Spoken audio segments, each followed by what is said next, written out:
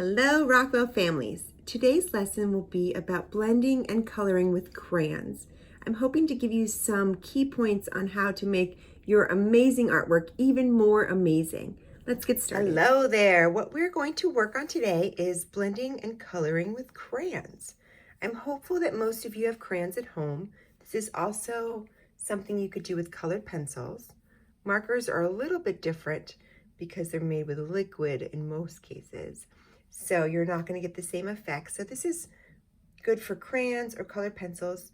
Should you not have either one of those, I recommend going and getting a basic pack of crayons. I think Target has them for maybe 50 cents. Just go ahead and grab them. If not, you can also reach out to me and I can try to get you some crayons. So the first thing we're going to do is going to make our blending worksheet. It's going to look very similar to this. So let's go ahead and label it. If you're in your sketchbook, you can turn it the opposite direction or you can work horizontal. Either way works for me. Let's go ahead and label it blending and coloring with crayons, however you would like. You can make it fancy. Again, I'm also using a Sharpie because it shows up better in videos. You may use a pencil if that's a little bit easier, or a lot of kids like to use the really black, the black fine line pens. Okay, you can go ahead and date it if you want to, just so you can remember that you did on this day, but you do not have to.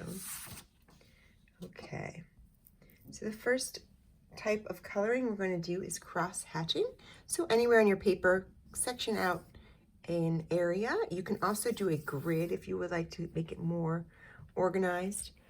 I'm going to do my cross hatching section here. Okay, you're basically adding layers that go in certain directions. So adding directional, it's a big word, directional layers, meaning they go in directions. Go ahead and grab one of your colors. I'm going to use green for my practice. I picked the dark green. Oops, it's rolling away. You are going to maybe at this diagonal make some very fine lines, very soft lines.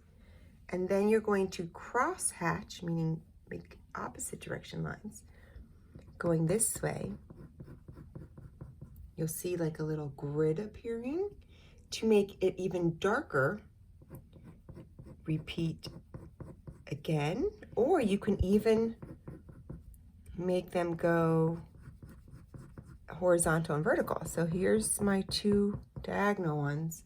To make another layer, I'm going to do a horizontal line and then a vertical line. And then if you keep going when you crosshatch, you're going to make layers build up and you're going to make your color darker. You will see some of the grain because you're not pushing super hard. You should be able to see the grain. This is possible to do with other colors as well. So you can do a green layer and then you can kind of mix it up a little bit by adding a blue layer. So you get a couple of mixed colors in there as well. So that's one way to add color to a artwork. This is something I enjoy doing on many of my artworks, especially if I'm using like a coloring sheet. It's called bolding, and it's an outline that you press in hard and then you color in softer. So for my sample, I like to make a leaf. Straight line or a feather. Okay, I'm gonna also use green for this, and I'm gonna push pretty hard when I'm outlining. So I'm using pressure, pushing hard and outlining, re-outlining those lines. This can be done with pencil for sure. And then when I go back to color it in, I'm going to color in lightly with the same color. You can do this with multiple colors too. So I'm coloring in lightly, and then maybe I'll make a little highlight of yellow. So I'll go over here and lightly color in some yellow. But the idea is that you're outlining your art piece just to give it a little variation. Mixing. very similar to what we did up here. Mixing is when you are lightly coloring in. I'm going to draw an apple or a cherry, I guess you would say. Something simple. You can just draw a circle. You're going to pick a couple of colors you wouldn't normally think would go together when you're blending. So I'm going to pick maybe this, and pink and some purple, and my green. Okay? So when you're mixing colors, you're going to want to start very lightly. So I'm making kind of wispy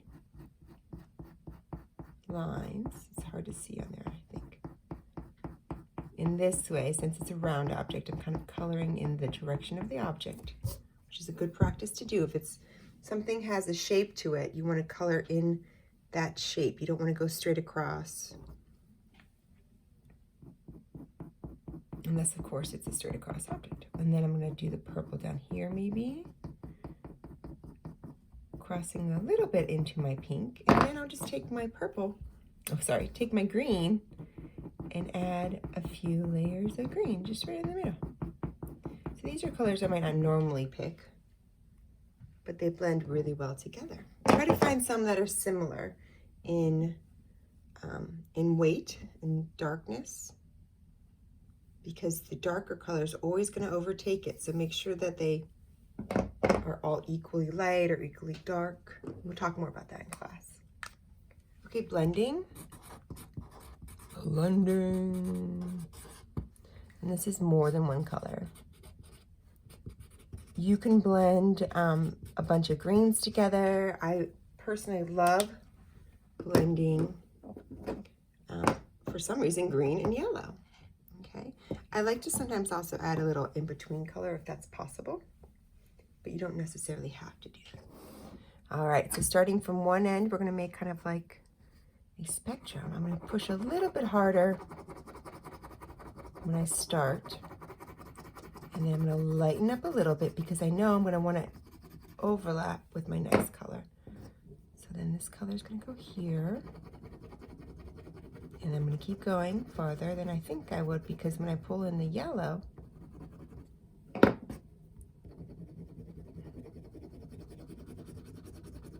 gonna wanna create, let me go back and add a little bit more green here. You can keep adding layers, kind of like here, as you build up the layers, you're gonna get darker and darker. So just be aware. And then again with the yellow, overlapping as I go. If you would like to do a primary color one, if you just have these 3 crayons, you notice sometimes when you go out to eat, you might get a little grouping of crayons with your meal. They're sometimes, most likely, the primary colors, red, blue, and yellow. So when you're blending these colors, that's all you need. So if you start with red and you go backwards with yellow, you're going to create an orange in between when you blend them together.